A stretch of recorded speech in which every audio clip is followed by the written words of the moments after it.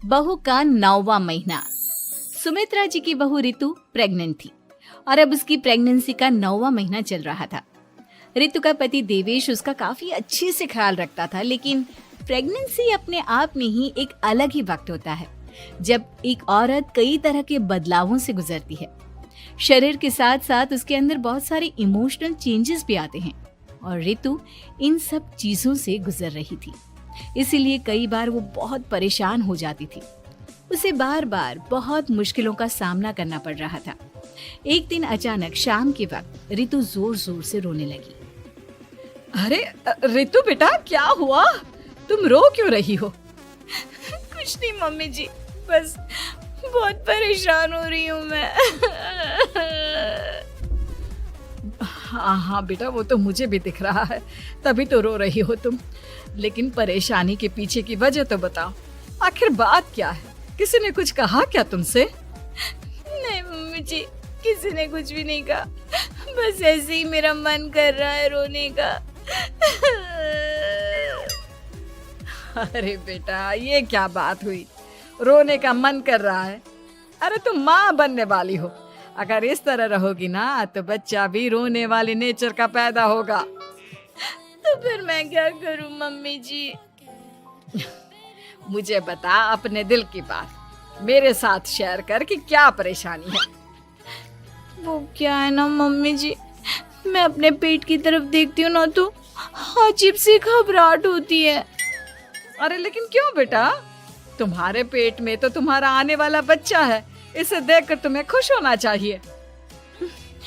Mummy जी वो क्या है ना, मेरा पेट इतना बड़ा हो गया है, शरीर की हालत ऐसी हो गई है तो सोच सोच कर डर लगता है कि मैं कभी फिर से पहले जैसे स्लिम और ब्यूटीफुल हो पाऊंगी क्या।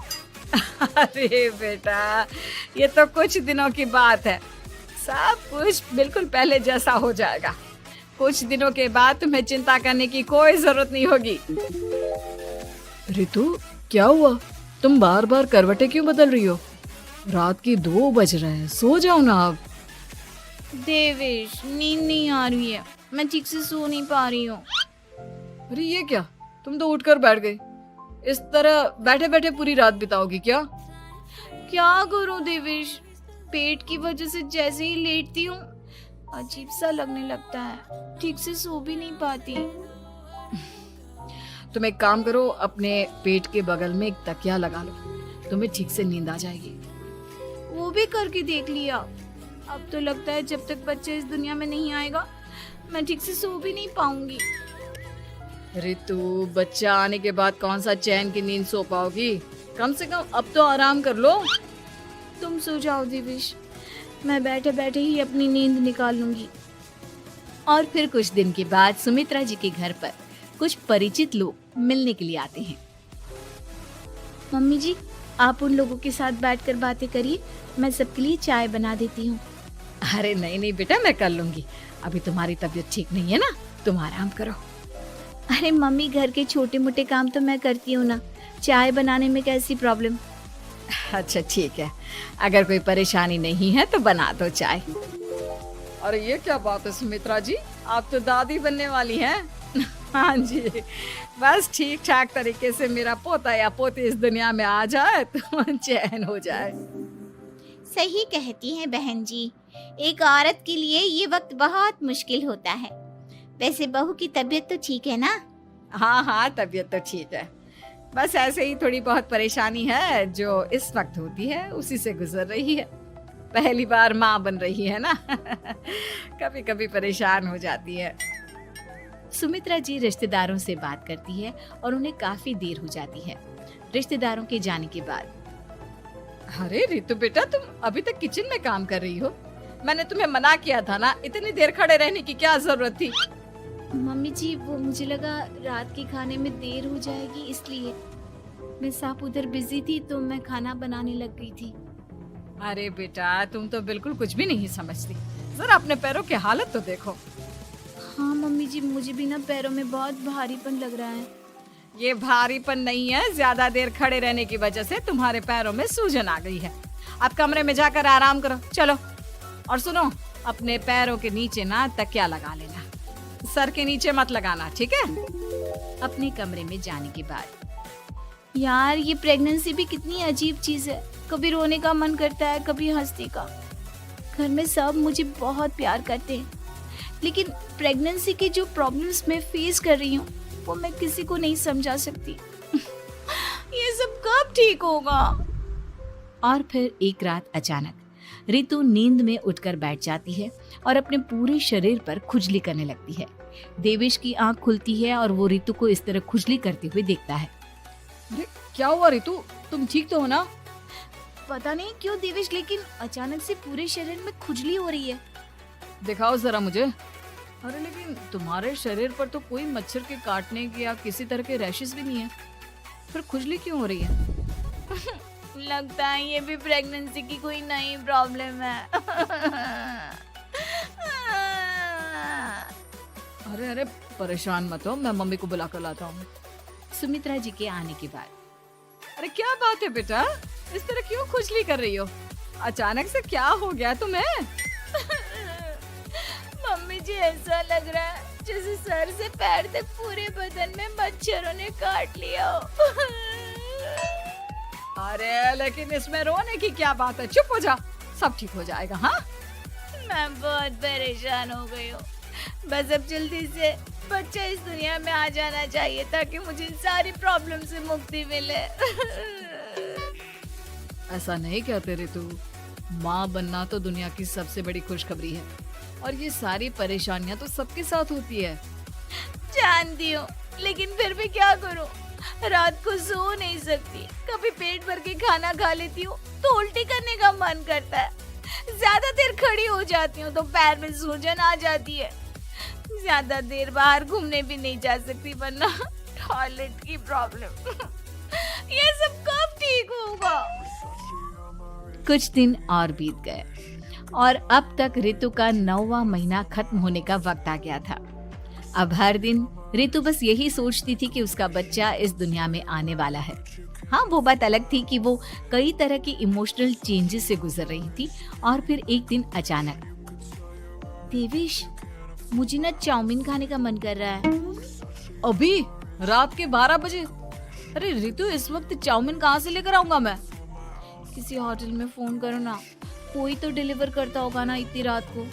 नहीं नहीं रितु, इतनी रात को कोई डिलीवर नहीं करता, तुम कल खा लेना, मैं कल तुम्हारे लिए लेकर आऊंगा। बस नहीं, मुझे अभी खाने का मन कर रहा है, मुझे अभी खाना है। अच्छा ठीक है, एक काम करो, मैं किचन में जाकर तुम्हारे लिए मैगी बना कर लाता हूँ, क्या पता उसे खाकर तुम्हारा मन ठीक हो जाए। हाँ ठीक है। देवेश रितु को मैगी बनाकर खिला देता है, लेकिन अगले दिन अचानक से रितु की तबीयत खराब हो जाती है। क्या हुआ है बहू को? बेटा तूने कुछ उल्टा सीधा तो नहीं खा लिया ना? मम्मी वो कल आधी रात को चाउमीन खाने की बात कर रही थी तो मैंने इसे मैगी बनाकर खिला दी। अरे लेकिन एक बार मुझसे तो पूछ लेता, इसी वजह से उसे अजीब सा लग रहा है। कोई बात नहीं, वैसे भी बच्चा आने का वक्त पास आ गया है ना, इसलिए ये सब चीजें हो रही है। मेरे पेट में बहुत दर्द हो रहा है, जब से मैगी खाई है तब से पता नहीं क्या हो गया। अरे कुछ नहीं हुआ बेटा, बस कुछ दिन की बात और है, परेशान मत हो। चल हम तुम्हें ना डॉक्टर के पास ले चलते हैं। हॉस्पिटल जाने के बाद, डॉक्टर साहब, मेरी बहू की तबीयत ठीक तो है ना? हाँ, वैसे तो सब कुछ ठीक लगता है, डाइजेशन का प्रॉब्लम हो गया है, ऐसे वक्त में हो जाता है। प्रेगनेंसी की वजह से पेट के ऊपर बहुत प्रेशर आ जाता है, इसलिए डाइजेशन थोड़ा वीक हो जाता है। और उन्होंने रात के वक्त मैगी खा ली, इसलिए उनको ये प्रॉब्लम हो गया। डरने वाली कोई बात नहीं है। थैंक यू डॉक्टर साहब, अब हम इसका ध्यान रखेंगे। लेकिन अब रितु की डिलीवरी का वक्त पास आ गया है, आपको उनका पहले से भी ज्यादा ध्यान रखना होगा। मैंने चेकअप कर लिया है, 1 सप्ताह के अंदर रितु की डिलीवरी होने के पूरे चांस है। एक दिन अचानक किचन में काम करते करते रितु के पेट में बहुत तेज दर्द होने लगता है। देवेश, मम्मी जी जल्दी आइए।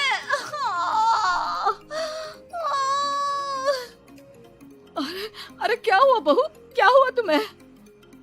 बहुत दर्द हो रहा है मम्मी, मेरे पेट में बहुत तेज दर्द हो रहा है, मुझसे खड़ा भी नहीं रहा जा रहा।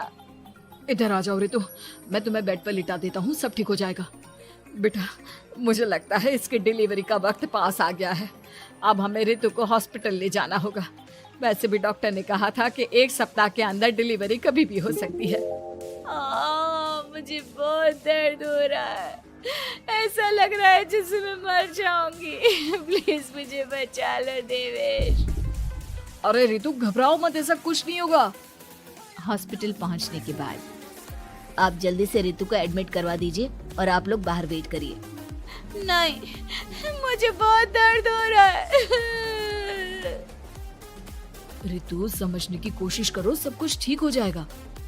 रितु को लेबर पेन शुरू हो गया था और वो काफी तकलीफ से गुजर रही थी। एक बच्चे को जन्म देते समय औरत जिस तकलीफ से गुजरती है उसे सिर्फ वही समझ सकती है। रितु की तकलीफ को देखकर देवेश भी काफी इमोशनल हो गया था।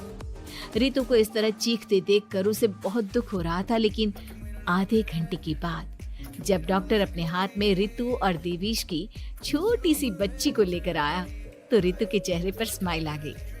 रितु, ये देखो, तुम्हारी और मेरी नन्ही सी बेटी। ये तो एकदम परी की तरह दिखती है।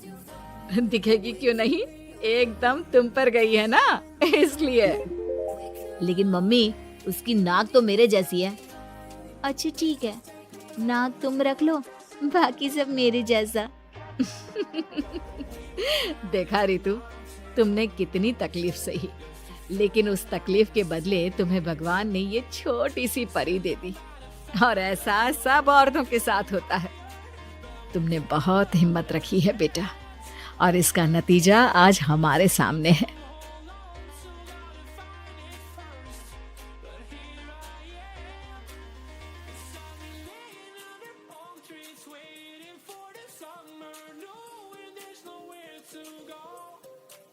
Cause I